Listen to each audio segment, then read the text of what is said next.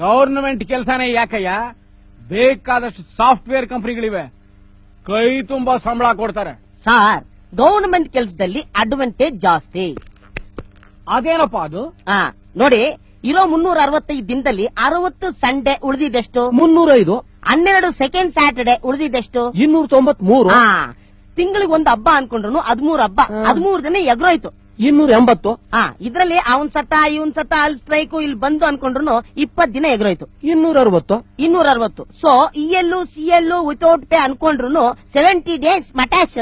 190 days ಇರೋದು. ಇದರಲ್ಲಿ ಬೆಳಿಗ್ಗೆ 10 ಗಂಟೆ ಬರೋನು 11 ಗಂಟೆ ಬಂದ್ರು ಯಾವ ನನ್ನ ಮಗನು ಕೇಳಲ್ಲ.